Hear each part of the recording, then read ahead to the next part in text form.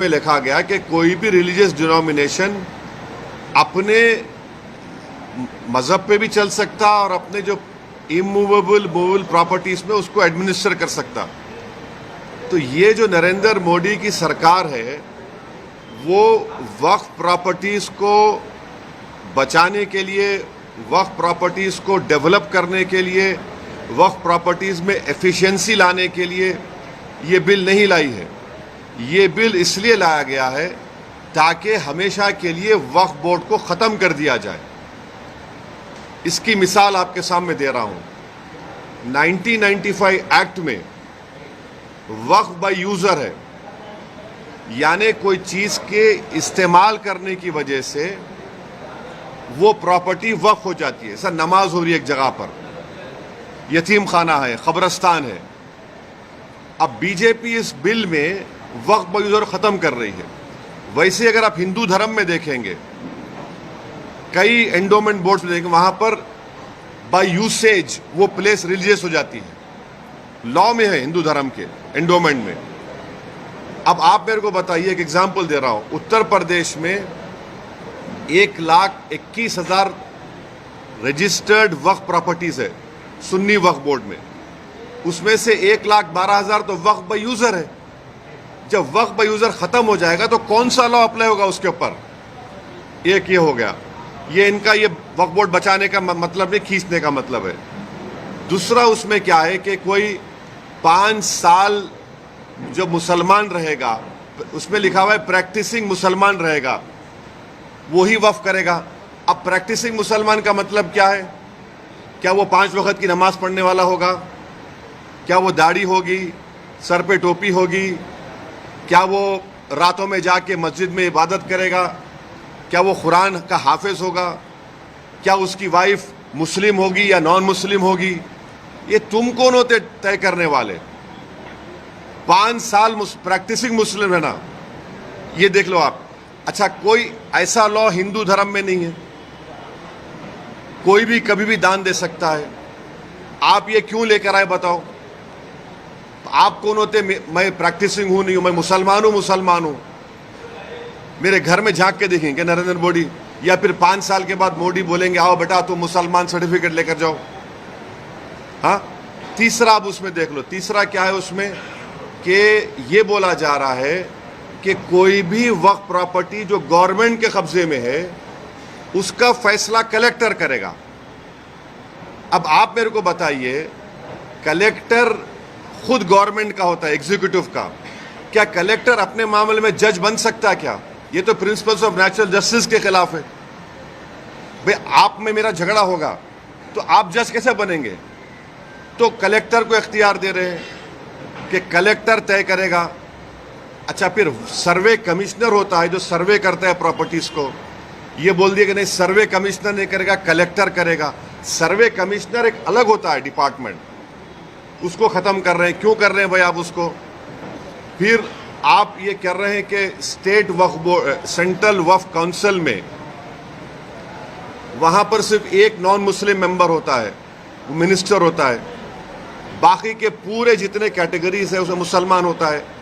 आप उसको ख़त्म करके मेजॉरिटी नॉन मुस्लिम को मेंबर बनाना चाह रहे हैं। स्टेट वक्फ बोर्ड में पूरे मुस्लिम मेंबर्स होते हैं, उसको आप क्या कर रहे हैं? आप उसमें से कम 8 या 9 नॉन मुस्लिम को अपॉइंट करना चाह रहे हैं। स्टेट वक्फ बोर्ड में इलेक्शन होता है मुतवल्ली कैटेगरी का, एमएलए एमपी कैटेगरी का और बार काउंसिल का। आप नॉमिनेट करेंगे। अच्छा, नॉमिनेट क्यों करना चाह रहे हैं?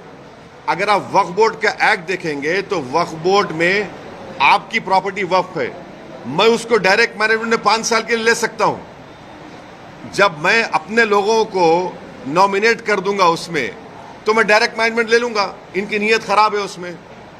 फिर आप ये कह रहे हैं कि कोई हिंदू वक्फ नहीं कर सकता। क्यों नहीं कर सकता हिंदू वक्फ? हिंदू वक्फ कर सकता है, वो मुतवल्ली भी बन सकता है, मगर आप हिंदू वक्फ नहीं कर सकता, उसको ख़त्म कर रहे हैं और हिंदू को मेंबर बनाना चाह रहे हैं आप। सेंट्रल वक्फ काउंसिल लेके देयर शैल बी, शेल का मतलब मैंडेटरी अंग्रेजी में, 2 मेंबर रहेंगे मिनिमम। फिर ये झूठा प्रोपेगेंडा बीजेपी की कि हम महिलाओं को बना रहे हैं, वो पढ़ते नहीं है। ऑलरेडी महिला का प्रोविजन है। क्या प्रोविजन है? अब ये बोल रहे कि 2 बनाएंगे। अभी जो प्रोविजन है एटलीस्ट 2, यानी 2 से बढ़ सकते, आप 2 कर दिए खाली उसको। वक्फ का एक ट्राइब्यूनल है, अब ट्राइब्यूनल में झूठा प्रोपेगेंडा करते हैं कि ये इसका डिसीजन फाइनल होता है। भाई एनजीटी ट्राइब्यूनल है, इनकम टैक्स का ट्राइब्यूनल है, रेलवे क्लेमेंट्स ट्राइब्यूनल है, ऐसे 14 ट्राइब्यूनल है जिनका डिसीजन फाइनल होता है, अपील नहीं कर सकते। भाई ट्राइब्यूनल के जजमेंट के बाद हाई कोर्ट में रिव्यू पिटीशन डाला जाता है। अपील करने से तो लाखों केस कोर्ट में है, और रिव्यू पिटीशन में हाई कोर्ट पूरा रिकॉर्ड मंगा सकता है, तो ये वक्फ के फेवर में नहीं है। फिर इसमें आपने एक कानून लेकर आए। अभी कानून क्या है कि अगर कोई वक्फ की जायदाद को चोरी से बेचता है, उसको 2 साल का रिगरस इम्प्रिजनमेंट, नॉन बेलेबल। अभी मोदी जी के दिमाग में ख्याल आया, क्या ख्याल आया कि तू वक्फ बोर्ड की जायदाद को बेच दे। मोदी है तो मुमकिन है, क्या मुमकिन है कि तेरे को 2 साल नहीं, सिंपल इम्प्रिजनमेंट, तेरे को बेलेबल हो जाएगा। तो वक्फ के मफाद में क्या हो रहा है? ट्राइब्यूनल है वक्फ का ट्राइब्यूनल, उसमें एक डिस्ट्रिक्ट जज सीजे अपॉइंट करते हैं हाई कोर्ट के, एक इस्लामिक नॉलेज का जानकार और एक एमिनेंट पर्सन। अब आप क्या करते हैं? रिटायर्ड डिस्ट्रिक्ट जज, रिटायर्ड गवर्नमेंट एम्प्लॉय, कैसे होगा? फिर अगर आपकी कोई वक्फ की प्रॉपर्टी है, मैं जाके कंप्लेन करता हूं कि ये वक्फ नहीं है, तो collector will order an inquiry. अच्छा, पेंडिंग इंक्वायरी और प्रॉपर्टी विल नॉट बी वक्फ की एक्ट में बोल रहे, बिल में बोल रहे, and there is no time limit for that inquiry, and the collector will do the inquiry as he deems fit. इसका क्या मतलब? यानी आपकी प्रॉपर्टी को मैं कंप्लेन कर दिया कि वक्फ नहीं है, तो कलेक्टर साहब 10 साल ले लेंगे, तब भी वक्फ नहीं रहेगा, वो अपने कंट्रोल में, उनके कंट्रोल में आ जाएगा। तो ऑल इन ऑल अगर आप देखेंगे, इस बिल में वक्फ प्रॉपर्टीज के एफिशिएंसी के लिए नहीं बनाया गया है, ये वक्फ प्रॉपर्टी को खत्म करने के लिए बनाया गया है। अब हिंदू मेंबर्स को या नॉन मुस्लिम मेंबर्स को अपॉइंट कर रहे हैं। भाई आप उत्तर प्रदेश में जाइए, उत्तर प्रदेश में जो काशी बोर्ड है, वहां पर तो क्लियर लिखा हुआ है कि he has to be Hindu. अगर वो हिंदू धर्म छोड़ेगा तो मेंबरशिप चले जाएगी। फिर आप देख लीजिए जाकर, आप ये जो आपका तमिलनाडु का एक्ट है, तेलंगाना का एंडोमेंट एक्ट है, आंध्रा का है, उड़ीसा का है, इसमें सब लिखा गया कि only Hindu will become the member. अच्छा, हिंदू की परिभाषा क्या है संविधान में? हिंदू, सिख, बौद्ध और जैन, मगर इन मंदिरों में सिर्फ हिंदू बनेगा मेंबर। अब मिसाल के तौर पर मुंबई में ट्रस्ट में है आपका कौन सा मंदिर? सिद्धि विनायक है। गुजरात में सोमनाथ की मंदिर, वो भी ट्रस्ट में आता। वहां पर आप किसको बनाते हैं मेंबर? आप एक बात समझिए, तिरुपति के प्रसाद में घी में एनिमल फैट आया तो एतराज हो रहा है, बिल्कुल सही है, नहीं होना चाहिए अगर हुआ तो, मगर आप हमारे धर्म के संस्थानों में आप कैसे नॉन मुस्लिम को बनाएंगे? प्रसाद में आप बोल रहे कि एनिमल फैट आ गया तो गलत है, बोल हम भी मानते गलत है, नहीं आना चाहिए, उनकी आस्था है, मगर यहां पर हमारी आस्था, हमारे धर्म में, ये तो वक्फ बोर्ड तो मुस्लिम धर्म का हिस्सा है। तो इसलिए ये जो बिल मोदी लाए हैं, उनकी सरकार लाई है, वो वक्फ प्रॉपर्टीज को छीनना चाह रहे। अच्छा, अभी हाजी मलंग की दरगाह है, एकनाथ शिंदे का स्टेटमेंट है कि दरगाह नहीं, हम नहीं मानते।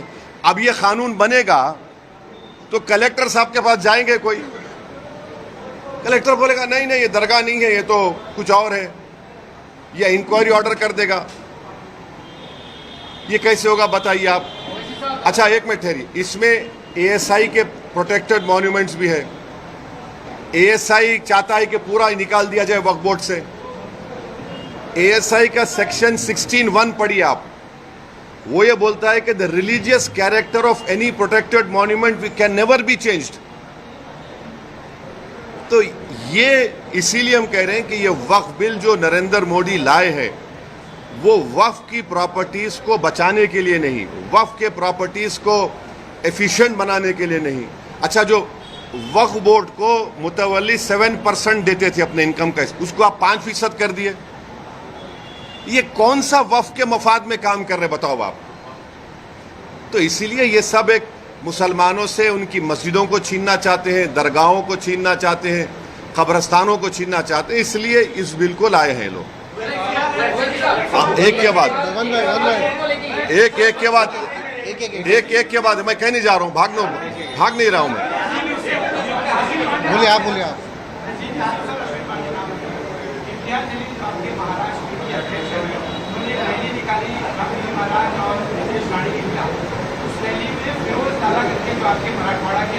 कौन? हाँ,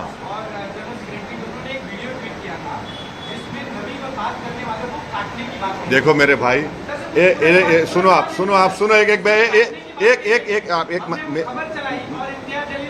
हाँ बिल्कुल सही किया, बिल्कुल। नहीं, सुन तो अरे भाई साहब, आपका जो ऑर्गेनाइजेशन का जो झगड़ा है सेबी के मैडम से, झगड़ा करो ना उससे। अरे सुन तो, अरे मेरे को जवाब देना मेरा काम है। तुम नहीं, आप देखिए, हम जवाब देंगे,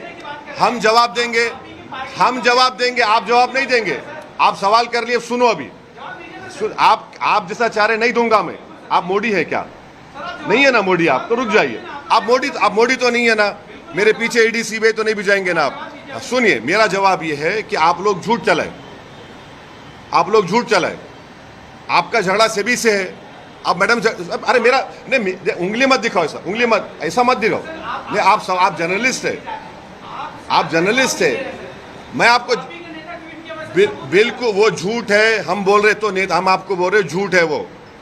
आपको अब सुन तो लीजिए, इंडिया टीवी के रजत शर्मा ने तारीफ की इसकी। अब आपको पसंद नहीं आ गया बोलना, अरे बोल रहा हूँ। इंडिया टीवी के रजत शर्मा ने कहा कि इम्तियाज जलील ने कलेक्टर को रिप्रेजेंटेशन दिया, बाज नौजवान जज्बात में थे। इम्तियाज जलील ने कहा कि ख़त्म किस्सा ये, और रजत शर्मा जी ने अपने इंडिया टीवी पर कहा कि बहुत अच्छा किया उन्होंने। ये क्या, आप तो तारीफ भी करो। इतना बड़ा मजमा आया, महाराष्ट्र की तारीख में ये सबसे बड़ा मुसलमानों का प्रोटेस्ट था। सुन तो लीजिए, शायद आपकी पैदाइश से पहले एक प्रोटेस्ट मुंबई में हुआ था शाबानों के वक्त, उतना ही बड़ा प्रोटेस्ट हुआ। लोग ये कह रहे थे कि लोग नहीं आएंगे, 10,000 गाड़ियों से पूरे महाराष्ट्र से लोग निकल कर आए। पीसफुल प्रोटेस्ट था, पीसफुल प्रोटेस्ट में बात हुई और वो बात हम रखे। अब रहा सवाल, सेकंड प्रोटेस्ट भी होगा, मुंबई में होगा। अगर हमारे डिमांड्स को महाराष्ट्र सरकार नहीं मानेगी तो आज़ाद मैदान में परमिशन लेकर हम यह प्रोटेस्ट करेंगे और ये प्रोटेस्ट जारी होगा।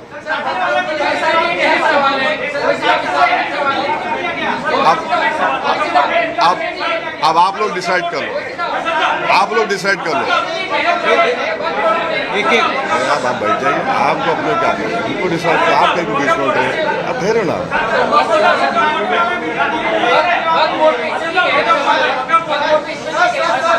सवाल है कि निशिकांत दुबे एक एमपी है जिन्होंने जेपीसी के चेयरमैन को लेटर लिखा है। निशिकांत दुबे बीजेपी के सांसद ने एक लेटर लिखा है जेपीसी के चेयरमैन को, कहा है कि 125 करोड़ जो ईमेल आए हैं वक्फ बोर्ड को लेके, इसके ज्योग्राफिकल ओरिजिनलिटी पे जांच की जानी चाहिए। इसके पीछे विदेशी ताकत या जाकिर नाइक जैसे लोग शामिल हो सकते हैं कि 125 करोड़ जो जेपीसी को। सुनिए, मैंने इनिशियल रिमार्क्स में अपने कहा कि ये जेपीसी नहीं है, ये जॉइंट वर्किंग कमेटी ऑन वक्फ है। Joint working committee on Waqf amendment bill में जो भी होता है, जो भी निर्णय होगा, वो हम पब्लिकली नहीं बोल सकते, वो हम पार्लियामेंट रूल्स प्रोहिबिट करते। वो अंदर जो भी होगा वो चेयरमैन साहब और मेंबर्स डिसाइड करेंगे। वो लिखे हैं तो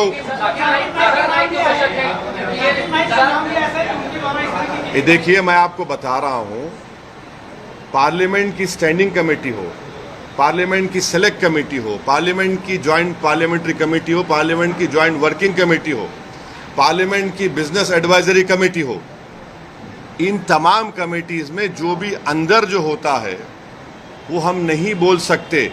आप मेरे को चाह रहे हैं कि कोई लेटर लिखा चेयरमैन को, वो कमेटी का हिस्सा हो गया। अभी हम उसको कमेटी में बात करेंगे या नहीं करेंगे, वो कमेटी का चेयरमैन तय करेगा, हम तय करेंगे। उत्तर प्रदेश सरकार ने योगी सरकार ने होटलों और रेस्टोरेंट में जो मालिक है, मैनेजर है, उसका नाम लिखने कहा है। कल ही ऑर्डर आया है, क्या कहेंगे? एक ऑर्डर तो आ गया सुप्रीम कोर्ट का, एक ऑर्डर तो सुप्रीम कोर्ट का आ गया, अब ये जो ऑर्डर निकाले हैं उसको मुझे देखना पड़ेगा, पढ़ना पड़ेगा, तभी उस पर कोई मैं रिएक्शन दे पाऊंगा। सर वक्त अमेंडमेंट बिल को लेके आप उसकी मुखालफत क्यों कर रहे हैं? क्योंकि वक्त के अंदर अमेंडमेंट होना चाहिए, क्योंकि बहुत सारी ऐसी वक्त की जायदाद है जिनके ऊपर कब्जा हुआ है और जो दूसरों के पास है, तो क्या अंबानी की जगह तो सुनिए, अभी देखिए, नहीं आप अच्छा आप पूछ लीजिए आप वहाँ। वक्फ बोर्ड की जो आप बता रहे कि वक्फ बोर्ड में बदलाव नहीं होना चाहिए, तो वक्फ बोर्ड जो रहे अभी तक का जो वक्फ बोर्ड बना या ट्रिब्यूनल बना, उसके रहते हुए सिर्फ बिजनेस में सिर्फ बिल्डर लोग ने जो है पैसे कमाए, ना ही कि एक आम मुसलमान को कोई फायदा हुआ वो वक्फ की जमीनों से। अंबानी एक जो जिस पे एक नोटिस आएगी जो इतना दुनिया का सबसे बड़ा घर बना चुका है, उस पर आपका क्या कहना? आप लोगों को गलत फहमी है कि वक्फ प्रॉपर्टी से या जो मुतवल्लियों से पीपल एट अवामुन्नास को एट लार्ज पब्लिक फ़ायदा नहीं हुआ। मेरी आपसे गुजारिश है कि कभी गुलबर्गा को जाइए। गुलबर्गा में जो उस ख्वाजा बंदा नवाज के जो सज्जादे हैं मोहम्मदुल हुसैनी रहमतुल्लाह अलैह, उन्होंने अपनी ज़िंदगी में आज से 50 साल 55 साल पहले उन्होंने एक स्कूल शुरू किया था और मुसलमान लड़कियों को तालीम दिलाने के लिए वो बंडी में, बैल बंडी में पर्दा लगाकर वो बंडी हर मुस्लिम घर को जाती थी ताकि वो मुस्लिम बच्चियां उसमें बैठकर आकर स्कूल में पढ़े। फिर उन्होंने स्कूल कायम किया, इंजीनियरिंग कॉलेज कायम किया, मेडिकल कॉलेज कायम किया। ऐसा आपको नेगेटिविटी मत दिखाइए, ये एक है। दूसरा ये है कि वक्फ बोर्ड को समरी एविक्शन पावर्स नहीं है। अगर मुझे किसी एनक्रोचर को निकालना है तो कलेक्टर को लिखना पड़ता मुझे। अगर मैं सुप्रीम कोर्ट में केस जीत भी जाता हूं तो मुझे ईपी फाइल करना पड़ता सिविल कोर्ट में। तो वक्फ बोर्ड को समरी एविक्शन पावर्स मिलने चाहिए जो हिंदू एंडोमेंट बोर्ड को दिए गए हैं, वो दीजिए और आप इन एनक्रोचर्स को निकालेंगे। अब जो एनक्रोचर्स है, लिमिटेशन एक्ट वक्फ प्रॉपर्टीज के ऊपर, limitation act Hindu endowment properties पे अप्लाई नहीं होता। अब इस बिल में नरेंद्र मोदी बोल रहे लिमिटेशन अप्लाई होगा, यानी जितने एनक्रोचर्स कब्जा करके बैठे हैं उनको अब मालिक बनाना चाह रहे। अब रहा सवाल तीसरा जो आप यहां पर बड़ी बिल्डिंग का हवाला दिए, वो जो है वो आगा खानी वक्फ की है। अब मोदी जी आगा खानियों के लिए वक्फ बना रहे, हम चैलेंज कर रहे मोदी जी को। आगा खानी जो वक्फ की प्रॉपर्टी थी जिसमें कुरान पढ़ाना, यतीम खाना था, वो उसको 21 करोड़ में किसने बेचा और क्यों बेचा? और क्या वहां पर वक्फ बोर्ड के ऑफिसर्स ने लिखकर नहीं दिया था कि this is a Waqf property? अभी भी मसला सुप्रीम कोर्ट में चल रहा है। तो ये अगर आप पावर्स देखिए, सेक्शन 40 का पावर छीन लेंगे, आप लिमिटेशन एक्ट अप्लाई करेंगे, वक्फ बाय यूजर निकाल देंगे, तो ये किसके लिए किया जा रहा है? फिर वक्फ बोर्ड के लिए तो नहीं किया जा रहा है ना, ये तो बड़े बड़े दौलतमंदों को फायदा पहुंचाने के लिए किया जा रहा है, बिल लाया जा रहा है। अखिलेश यादव वो नहीं पूछे अभी, ने बोले सर, आप इंडिया जलील ने कहा था कि हम चाहते हैं कि महाविकास आघाड़ी के साथ गठबंधन हो ताकि वोटों का बंटवारा ना हो। इसके ऊपर महाविकास आघाड़ी की तरफ से कहा गया है कि अगर आप गठबंधन करना चाहते हो तो लेकिन प्रस्ताव दीजिए, खड़गे जी से बात करें, उद्धव जी से बात करें। एक बात आप बात करना चाहेंगे? इम्तियाज जलील साहब ने लिखकर एक प्रस्ताव भिजाया है कांग्रेस के महाराष्ट्र के अध्यक्ष को और एनसीपी के अध्यक्ष को, उन्होंने लिखकर भिजाया है। मैं इतना ही कहूंगा, अब वो उनको डिसाइड करना है। इससे जुड़ी हुई एक बात आपसे करना चाह रहा हूं, जो इम्तियाज जलील की लीडरशिप में जो प्रोसेशन, जो गाड़ियों का काफिला औरंगाबाद से निकला, उसमें तो इम्तियाज जलील ने हर जिले के कांग्रेस, राष्ट्रवादी और समाजवादी, इन तमाम के जिले के लीडर्स को से उनके बड़े बड़े अध्यक्ष को लेटर लिखा कि आप आइए, इसमें आप आकर इसको ज्वाइन करिए, ये कोई पॉलिटिकल प्रोटेस्ट नहीं है, आप इसमें शामिल हो जाइए। कोई नहीं आया। भाई इतने एमएलए, मुस्लिम एमएलए जीत कर आए कांग्रेस पार्टी से, उनको आना चाहिए था। भाई ये तो एमआईएम का फंक्शन नहीं था, ये तो जो उस शख्स ने हमारे प्रॉफेट मोहम्मद सल्लल्लाहु अलैहि वसल्लम के खिलाफ जो अनाप शनाप बकने की कोशिश की, और फिर एक बीजेपी का एक विधायक है जिसने अनाप शनाप भाषण दिया, उसके खिलाफ एक प्रोटेस्ट हुआ था, अब उसमें भी नहीं आते। तो मैं अब फिर से उनसे रिक्वेस्ट कर रहा हूं कि अब जब सेकेंड फेज ऑफ प्रोटेस्ट होगा महाराष्ट्र में, मुंबई में, उसमें आप लोग आइए, आप लीड करिए, हम आपके पीछे खड़े होने तैयार हैं। ये तो नामूस रिसालत का मसला है ना, ये तो प्रॉफेट मोहम्मद सल्लल्लाहु अलैहि वसल्लम के खिलाफ जो किसी ने बकवास बकने की कोशिश की, तो ये उनको देखना, जनता देख रही है इन लोगों को। आप आ ही नहीं रहे प्रोटेस्ट में, और जो लोग बोल रहे थे प्रोटेस्ट वायलेंट होगा, वायलेंट होगा, उनको तो चुल्लू पर पानी में डूब मरना चाहिए बेशर्मों को। वो जो प्रोपेगेंडा कर रहे थे कि वायलेंस हो जाएगा, वो हो जाएगा, ये हो जाएगा, अरे बेशर्मी की हद कर दिए, झूठ की हद कर दिए। 10,000 गाड़ियां निकली और 10,000 गाड़ियों में से पूरे पीसफुल गए, एक दो जगह पर उनको आईने फोड़े गए गाड़ी के, फिर भी हम लोग प्रोवोक नहीं हुए। मैं सलाम करता हूं, मैं तो सलाम करता हूं उन तमाम लोगों को जो सिर्फ प्रॉफेट मोहम्मद सल्लल्लाहु अलैहि वसल्लम के बारे में जिस शख्स ने बकवास बकी और रूल ऑफ लॉ के अपहेल्ड करने के लिए संविधान को तिरंगा लेकर निकले, इन लोगों को नहीं आते। तो अब मैं क्या करूं इसके बारे में, मगर जनता देख रही है, दुनिया देख रही है। आप ये बात एक आता हूँ, हाँ हम भी डटे हुए हैं, हम कहाँ डटे हुए नहीं हैं? आपको क्या लग रहा है? जितना हम डटे हुए हैं उन तो वो तो हटे हुए हैं, वो तो डरे हुए हैं, हम तो डटे हुए हैं। हाँ अभी उनका सवाल हो जाए, सवाल हो जाए। आगामी विधानसभा चुनाव के संदर्भ में आपकी कुछ रणनीति है क्या? आने वाले दिनों में आप आज आए हैं महाराष्ट्र? नहीं, अभी तो हमने हमारे मुंबई के अध्यक्ष रईस लश्करिया साहब के विधानसभा में आज हमारी जनसभा है, हमने इनका नाम डिक्लेयर कर दिया, इम्तियाज जलील का नाम डिक्लेयर कर दिया। हमारे 2 MLAs हैं, मुफ्ती इस्माइल और फारूक शाह धूलिया से, फिर शोलापुर से हमने फारूक का नाम डिक्लेयर किया, और भी नाम डिक्लेयर करना है हमको, और वो नाम डिक्लेयर करेंगे अभी हम।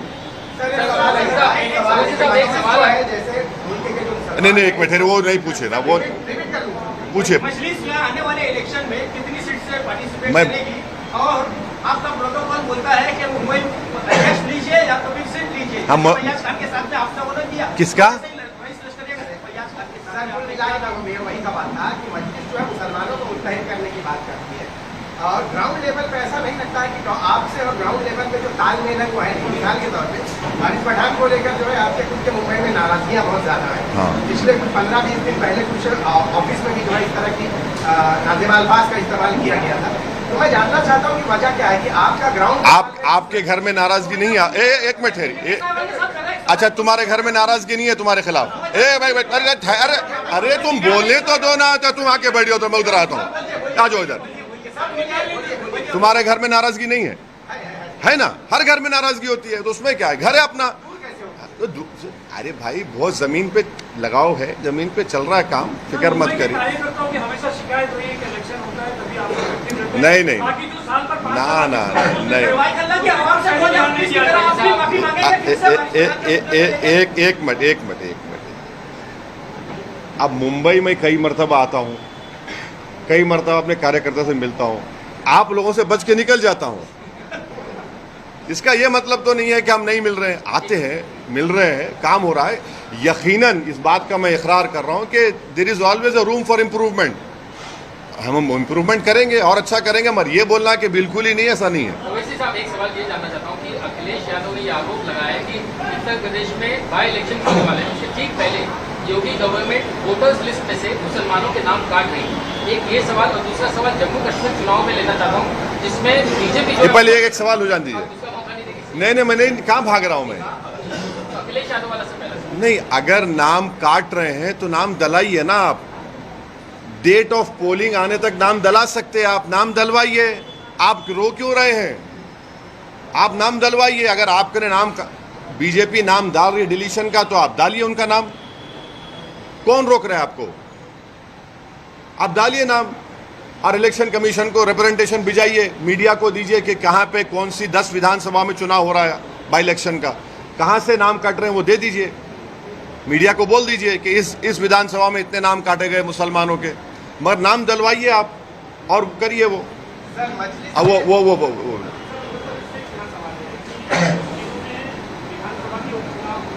कहाँ पे? हाँ,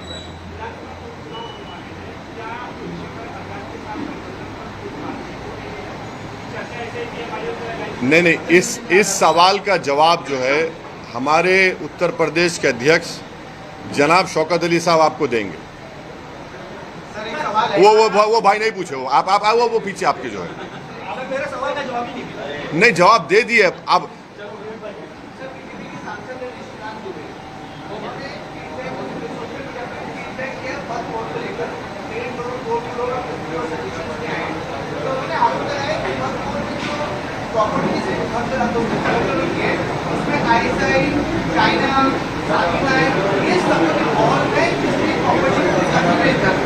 वो क्या बोल रहे?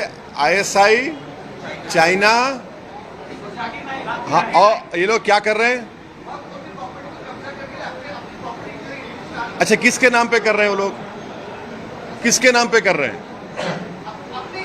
नहीं, किसके नाम पे तो करना नहीं, अरे मैं जवाब, किसके नाम पे तो करना पड़ेगा ना। क्या चाइना के नाम पे रजिस्ट्री होगी भारत में? नहीं, अरे वो बोल रहे हैं वो, अरे नहीं, वो बोल रहे हैं कि प्रॉपर्टीज अपने नाम पे कर रहे हैं, चाइना के नाम पे रजिस्ट्री तो नहीं होगी भारत में। हाँ, एक जगह पे हो गई, डेमचौक डेमसांग में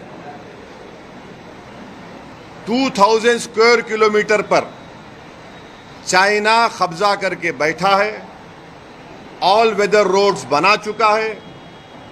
चाइना वहां पर जो स्ट्रक्चर्स बना रहा है अपनी आर्मी के लिए, ऑल वेदर, उसमें माने हीटिंग है, वहां पर खाने का इंतजाम है। हम आज भी चैलेंज कर रहे नरेंद्र मोदी को, अगर हम झूठ बोल रहे तो नरेंद्र मोदी आपको, मीडिया के लोगों को लेकर जाइए डेमचौक डेमसांग में और सुनिए। 1 साल पहले एसपीज की कॉन्फ्रेंस हुई थी जिसमें लद्दाख के पुलिस कमिश्नर ने कहा था कि 65 पेट्रोलिंग पॉइंट्स में से 25 पेट्रोलिंग पॉइंट पर हमारी आर्मी और पैरामिलिट्री फोर्स वहां पे पेट्रोलिंग नहीं कर सकती। वो जो पिक्चर में तालाब दिखा था ना, वो मशहूर पिक्चर था, वो नाम याद नहीं आ रहा, मैं देखता नहीं हूं मैं, वो तालाब को आप नहीं जा सकते अभी। वो तालाब को खाली आपको टीवी में देखना पड़ेगा, आधा तालाब चाइना ले लेके चला गया। तो ये सुनिए, तो हमारे जो दोस्त लेटर लिखे हैं उनको तो डेमसांग डेमचौक के बारे में बात कर। अब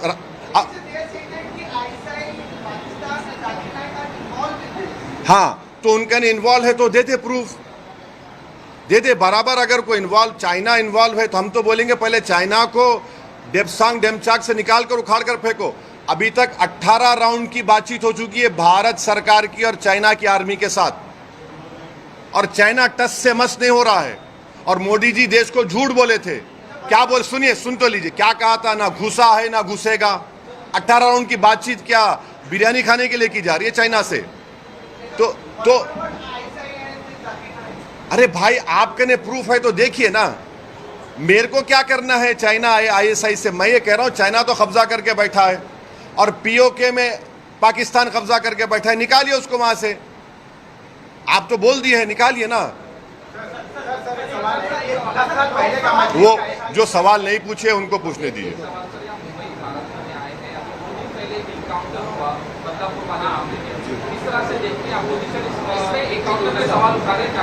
इसको एक ही जोड़ना चाहूंगा, शहर में जगह जगह पर पोस्टर लगे हैं, देवेंद्र फडणवीस की तस्वीर लगी है और लिखा गया है बदलापुरा। बदलापुरा हो गया, इस तरह के पोस्टर भी लगे। तो इस पोस्टर से शुरू करते हैं। अब वो बोल रहे हैं, सुन तो लीजिए ना, बदला पूरा हो गया। तो सरकार इस बात को मान रही है कि कोर्ट से सजा नहीं दिलाएंगे, ऑनरेबल जज साहब सजा नहीं देंगे, हम बदला लेंगे।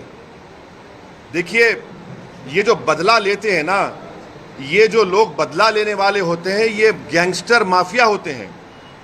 संविधान में इंसाफ होता है, जस्टिस होता है, और कोर्ट के जरिए से उस खाती को जब सजा दी जाती है तो बदला नहीं होता, वो जस्टिस होता है। तो बदले और जस्टिस में फर्क है। आप बदले की बात कर रहे हैं, हम जस्टिस की बात कर रहे हैं। अगर ऐसा ही होगा जैसा पोस्टर लगाकर बदला ले लिए तो फिर कोर्ट को बंद कर दो। आप जितने पब्लिक प्रोसिक्यूटर उनको बोलो छुट्टी मनाओ, चौपाटी पे जाकर बैठ के एंजॉय करो। जज साहब को बोलो आपकी जरूरत ही नहीं है। वो संविधान में जो राइट टू लाइफ एक फंडामेंटल राइट है, एक्यूज का भी है और आपका मेरा भी है। आप बदला लेकर नहीं मार सकते, आप जस्टिस करके उसकी आप कैपिटल पनिशमेंट दे सकते हो उनको, वो जस्टिस होगा। तो ये पोस्टर लगाने का मतलब ये है कि बीजेपी इस पर अपनी रोटी सेक रही है और उसको बदला कह रही है। हम जस्टिस का मुतालबा कर रहे हैं। सर, आपने जस्टिस की बात कही, जो अक्षय शिंदे उनके बाबा हाईकोर्ट में गए, कहा कि जो इनकाउंटर हुआ है गलत हुआ है। भाई ख्वाजा यूनुस याद है आपको? ख्वाजा यूनुस किसी को याद है? घाटकोपर में ख्वाजा यूनुस का क्या हुआ? अभी तक सब गूंगे बन के बैठे हैं। आज भी ख्वाजा यूनुस का परिवार पूछ रहा है कि भाई जिंदा है तो बताओ, मर गया तो कम से कम खबर बताओ। ख्वाजा यूनुस का क्या हुआ बताइए आप। हमने इसी मुंबई में पाकिस्तान से टेररिस्ट आए थे, वो जालिम आतंकवादी, वीटी स्टेशन पर खून की होली खेली गई, बड़े बड़े 5 स्टार होटल में मारा गया। हमने कसब को पकड़ा था और उस कसब को पकड़ने में मुंबई पुलिस के एक बड़ा कांस्टेबल ने अपनी जान की अजीम कुर्बानी दी। हेमंत करकरे की मौत हुई और 2 IPS की मौत हुई। हमारे सिस्टम ने उस जालिम को गोली नहीं मारी, कसब को जेल में रखा, केस चलाया, कोर्ट ने उसको फांसी की सजा दी और जब वो मर गया तो मुंबई के मुसलमानों ने कहा कि हमारे कब्रिस्तान में मत दफनाओ उसको, वो नापाक है, उसको ले जाकर जेल में दफनाया गया। ये जस्टिस है। बदला और जस्टिस में फर्क ये है। वैसे साहब, हाल ही में जब भिवंडी में दंगे हुए तो वहाँ पर कुछ लोगों ने ये आरोप लगाया कि मस्जिद के सामने जय श्री राम के नारे लगाए गए, इससे जो पब्लिक भड़क गई और हालात बिगड़ गए। तो क्या ये जय श्री राम के नारे लगाना गलत है? और दूसरा ये कि जो गणपति की मूर्ति पे जो लोग पत्थर फेंकते हैं, क्या वो सच्चा मुसलमान हो सकता है? देखिए, कोई भी सच्चा या पक्का या झूठा ये आप और मैं तय करने वाले नहीं हैं, समझे ना। जो सबसे पहले अच्छा इंसान होना पड़ेगा, तभी वो अच्छा मुसलमान, अच्छा हिंदू होगा। अगर आप अच्छे इंसान नहीं हैं तो आप में ना अच्छे और बुरे की तमीज़ पैदा होगी। और अगर आप जब रिलीजियस प्रोसेशन निकाल रहे हैं तो आपका रिलीजियस प्रोसेशन आपको इस बात की इजाज़त नहीं देता कि आप किसी के भी रिलीजियस प्लेस के ऊपर कुछ गड़बड़ करें। और अगर कोई गड़बड़ करता है तो कानून को अपना काम करना चाहिए। ये हमारा मानना है। रूल ऑफ लॉ प्रिवेल होना चाहिए। कोई देखिए, एक बात सुनिए 6 दिसंबर को कौन से पत्थर फेंके गए थे? सुनिए, आपको सुनना पड़ेगा। नहीं, आपको सुनना पड़ेगा। 6 दिसंबर को कौन सा पत्थर फेंका गया था? नहीं, 6 दिसंबर को बाबरी मस्जिद को पत्थर फेंका गया था। नहीं, 6 दिसंबर को पत्थर फेंका गया था। 6 दिसंबर को पत्थर फेंका गया, इसलिए मस्जिद तोड़ दी आपने। छोड़ दीजिए। नहीं, आप मेरे मुंह में अल्फाज डाल के अपनी सुन तो लीजिए। आप अपनी TRP रेटिंग देखना। एक मिनट ठहरो। आप 6 दिसंबर को खंडन करेंगे? करिए, वेरी गुड, बहुत अच्छा है। मैं भी सुनिए, मैं आप जवाब दे रहा हूँ भाई। देखिए, सुन तो लीजिए। आप ऐसा करेंगे, अगर आप मन बना के आए हैं कि मेरी TRP बढ़ जाएगी ZTV की और ET की, तो नहीं होगा। सुनिए, आप सुनना पड़ेगा, या नहीं सुनेंगे तो मैं खामोश बैठ जाता हूँ। आप इतना देखिए, मेरे को अंदाजा है कि मोदी जी के बारे में इतना बोला हूँ, आपको तकलीफ हो रही है अंदर से, मगर मैं ये कह रहा हूँ कि कानून का उल्लंघन नहीं होना चाहिए, किसी की तरफ से हो।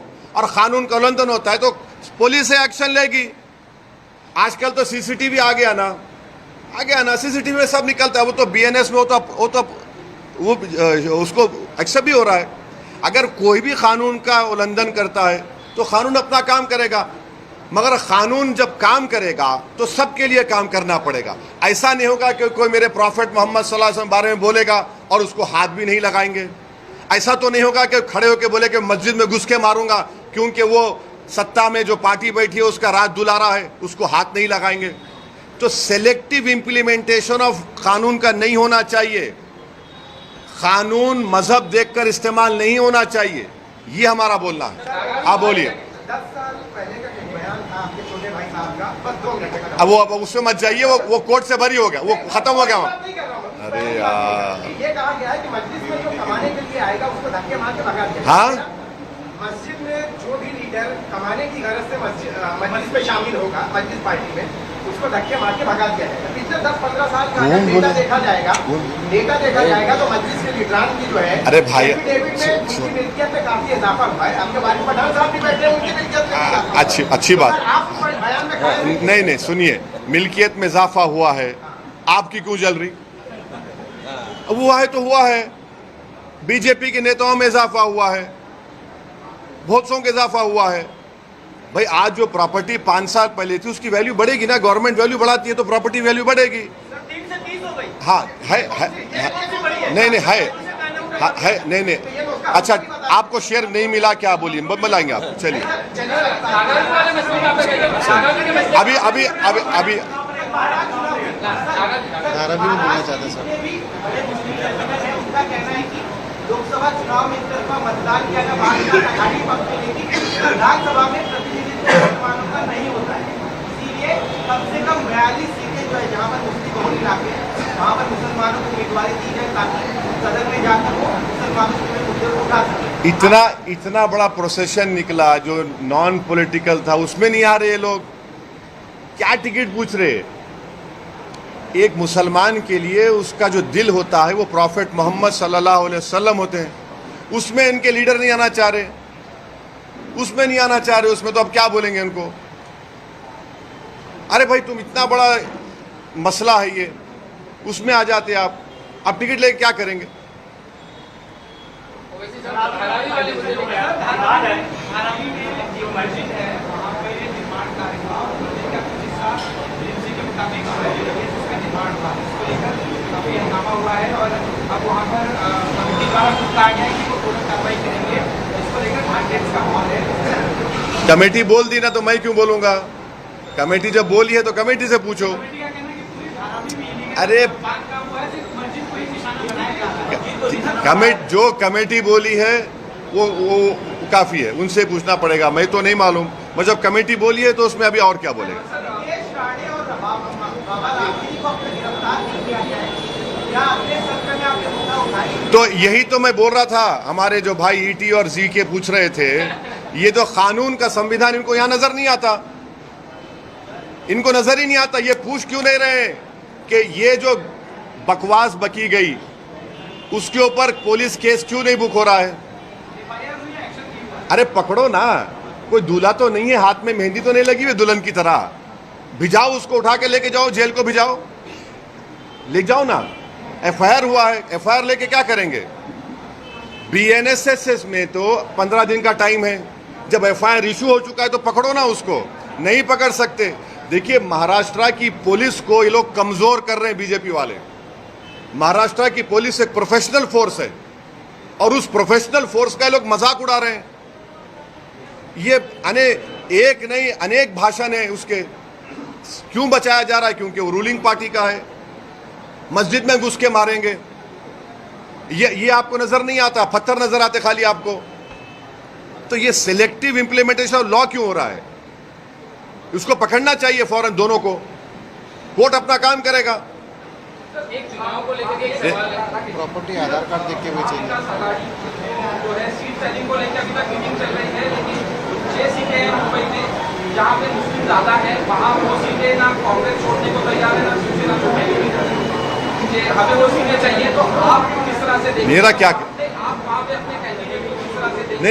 नहीं देखिए वो क्या, मुस्लिम इलाकों में सुनिए, सिर्फ मुस्लिम इलाकों का सवाल नहीं है।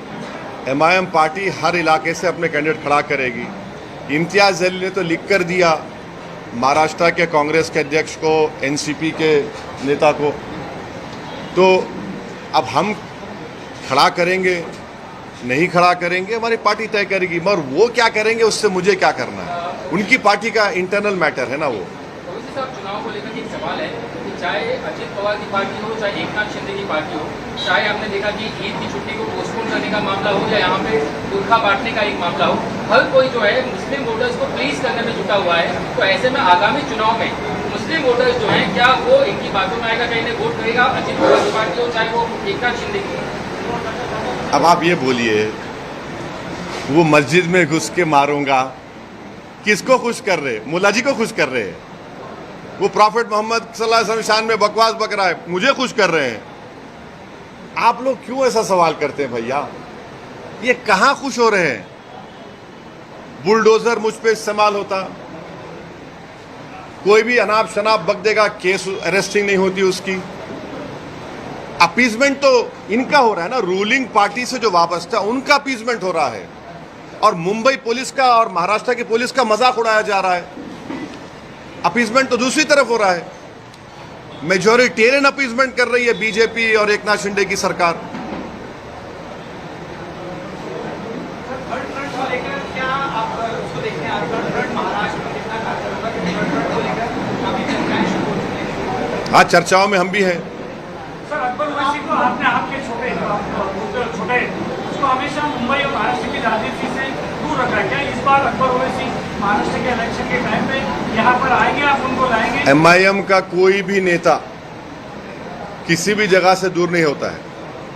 काफी सालों से यहाँ पर नहीं भाई, उनकी सेहत बाज़-औक़ात साथ नहीं देती है।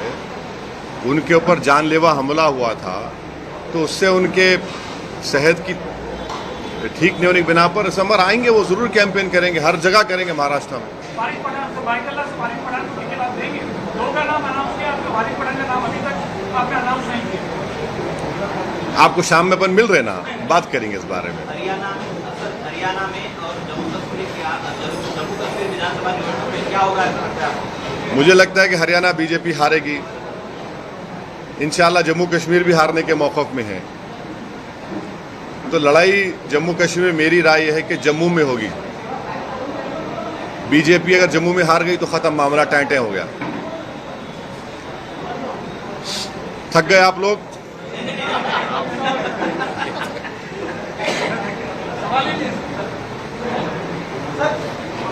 सोच सोच के क्यों बोल रहे प्यारे? SMS आया क्या? पूछ ले, बोल के पूछे।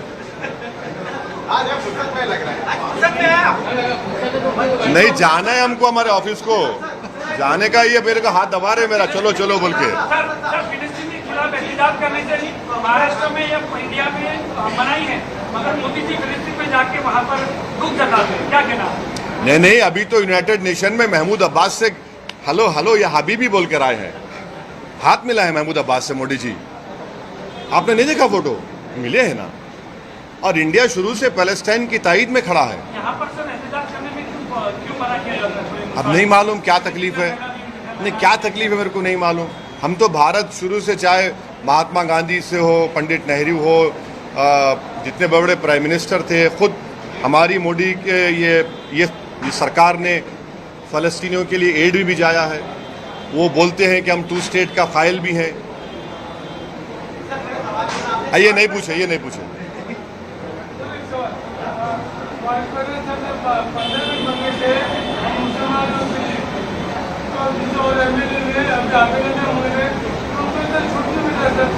क्या हुआ? 15 मिनट बोला, दूसरा मैंने 24 घंटा बोला, उसको छूट मिला। हाँ,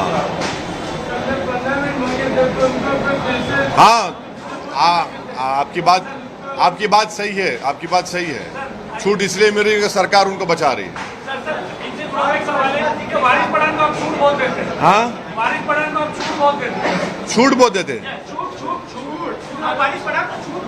एक बात सुनिए ना, एक बात सुनिए ना, गली न्यूज के मालिक तुम है ना? तुम्हारा एम्प्लॉय को तुम छूट देते या खींचते रहते गले में डाल के उसको? ये मेरा पार्टी का एम्प्लॉय नहीं है, तनख्वाह पे काम नहीं कर रहा है कोई भी। ये लोग रईस लश्करी है, ये लोग मेरे साथी है, तो छूट देने का सवाल नहीं है। अरे भाई देखिए, कोई पॉलिटिकल पार्टी में पार्टी के उसूल पे काम होता है। सर रईस लश्करिया को लाने के लिए इम्तियाज जलील साहब का बयान था कि इनको जो फयाज अहमद जो पुराने मुंबई अध्यक्ष थे उनको इलेक्शन लड़ना है, इसलिए मुंबई अध्यक्ष बनाएंगे, मुंबई अध्यक्ष के हाथ में बहुत काम होता है। मगर आपने मुहिम तक पे जो है रईस लश्करिया को मुंबई अध्यक्ष भी बनाया और वहाँ पर उनको टिकट देने का भी समय पर ऐलान कर दिया। तो कहीं ना कहीं लोगों को ऐसा लगता है कि फयाज अहमद के साथ आपने नाइंसाफी की। पार्टी का प्रेसिडेंट मैं हूँ, इम्तियाज जलील नहीं है। मेरा डिसीजन है, मैं डिसीजन पार्टी लिया है। तो इम्तियाज जलील ने गलत बोले थे? नहीं, इम्तियाज जलील बोले हैं, मगर मामला मेरे पे ख़त्म होता है ना। मैं बोला मैं रईस लश्करिया को बनाऊंगा, इम्तियाज जलील का इख्तियार है। जैसा इम्तियाज जलील प्रोटेस्ट किए, इम्तियाज जलील के प्रोटेस्ट में मेरे को बुलाया, मैं नहीं आऊँगा, तुम आप महाराष्ट्र के प्रेसिडेंट है, आप लीड करो।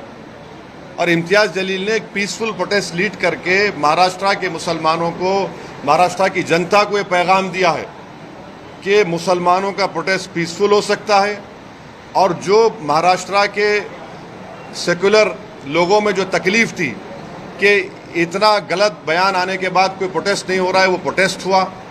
और आज इम्तियाज जलील बता दिया है कि जितने बड़े बड़े दूसरे समाज के नेता हैं, ओबीसी समाज के हो, मराठा समाज के हो, अब कोई ये ना समझे कि खाली वही जनता को ला सकते। आज इम्तियाज जलील ये बता दिया कि इम्तियाज जलील भी चाहेगा तो मुंबई में लाखों लोगों को जमा कर सकता है। ये एक बहुत बड़ा पॉजिटिव मैसेज गया है। अभी आप भी मीडिया है। अच्छा सर, एक आखिरी सवाल सर, लड्डू में मिलावट हुई है, कई चीजें कही जा रही है, आपने उस पर कार्रवाई होनी चाहिए, किस तरीके से पूरा मामला सामने आया है? देखिए भाई, देखिए, किसी भी धर्म में अगर कोई चीज़ मना है तो वो चीज़ मना है। अब उसमें डाला गया नहीं डाला गया वो तो इन्वेस्टिगेशन का मुद्दा है, मगर वो देखना चाहिए, वो देखेंगे। हमारा बोलना ये है कि जब प्रसाद में वो एनिमल फैट प्रोहिबिटेड है, भाई मेरी वक्फ बोर्ड में आप क्यों पीछे पड़े? मेरे वक्फ बोर्ड में क्यों पीछे पड़े आप? ये तो मेरे भी धर्म का मामला है ना। आप हमारे हिंदू धर्म का प्रसाद है, हम उसका रिस्पेक्ट करते हैं। हम ये बोल रहे हैं कि जो प्रसाद के बारे में सब बात कर रहे हैं, भाई आप वक्फ बोर्ड में देखो क्या करना चाह रही है सरकार। आप पूरा स्टेट वक्फ बोर्ड में नॉन मुस्लिम को लाना चाह रहे हैं। मैं आपसे रिक्वेस्ट करूंगा, आर्टिकल 26 को पढ़िए आप। उसमें रिलीजियस डिनोमिनेशन को अपने मजहबी संस्थाओं का एडमिनिस्टर करने का राइट है मेरे को। आप मुझसे छीन रहे हैं, क्यों छीनना चाह रहे हैं आप? मेरी शिकायत मेरा यही है कि आप ये क्यों करना चाह रहे हैं? एक तरफ सर वक्फ बोर्ड की बात हो गई, दूसरी तरफ कई सारे जो हिंदू साधु संत लोग कह रहे हैं, उसी तर्ज पे देश में हिंदू संरक्षक बोर्ड बनना चाहिए, जिसमें तमाम हिंदू सनातन के जितने जो धर्म हुए वो उसमें बोर्ड होने चाहिए। तो एक तरफ हम वक्फ बोर्ड की बात करें, दूसरी तरफ अब ये मांग भी उठ रही है कि हिंदू संरक्षक बोर्ड बनाए। भाई वो बोल रहे हैं तो सरकार को सुनना चाहिए, सरकार को बात करनी चाहिए। वो क्या बोल रहे, वो क्या चाह रहे हैं मेरे को तो नहीं मालूम, मगर जितने हिंदू एंडोमेंट बोर्ड्स हैं उसमें चाहे वो आपके कितने 12 ज्योतिर्लिंग है या 18 ज्योतिर्लिंग, 12 है जो झारखंड में है। आप जाकर लॉ पढ़ लीजिए, उसमें भी लिखा हुआ है कि only a Hindu we can become a member. अगर कोई मुसलमान आता है उस कैटेगरी में तो गवर्नमेंट को राइट है किसी हिंदू को बना दे उस जगह पर, वो तो है। एंडोमेंट बोर्ड्स को तो लिमिटेशन एक्ट भी अप्लाई नहीं होता। एंडोमेंट बोर्ड में सेक्शन 40 भी है। एंडोमेंट बोर्ड में बाय यूसेज है जो सरकार वक्फ बाय यूजर निकाल रही है इस बिल में। हिंदू एंडोमेंट बोर्ड का ट्राइब्यूनल फाइनल होता है, आप वक्फ ट्राइब्यूनल को खत्म कर रहे हैं। भाई जो हिंदू एंडोमेंट बोर्ड में है वो मुस्लिम वक्फ बोर्ड में क्यों निकाल रहे फिर आप? ये दुश्मनी है बीजेपी नरेंद्र मोदी की। जो हिंदू एंडोमेंट बोर्ड में है आप यहां पर नहीं दे रहे हैं, तो यही हमारा मुद्दा है।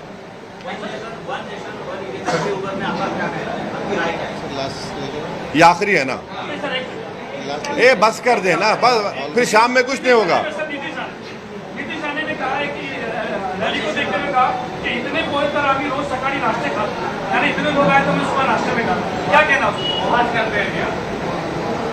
अब नहीं मालूम वो इंसान को खाता है क्या?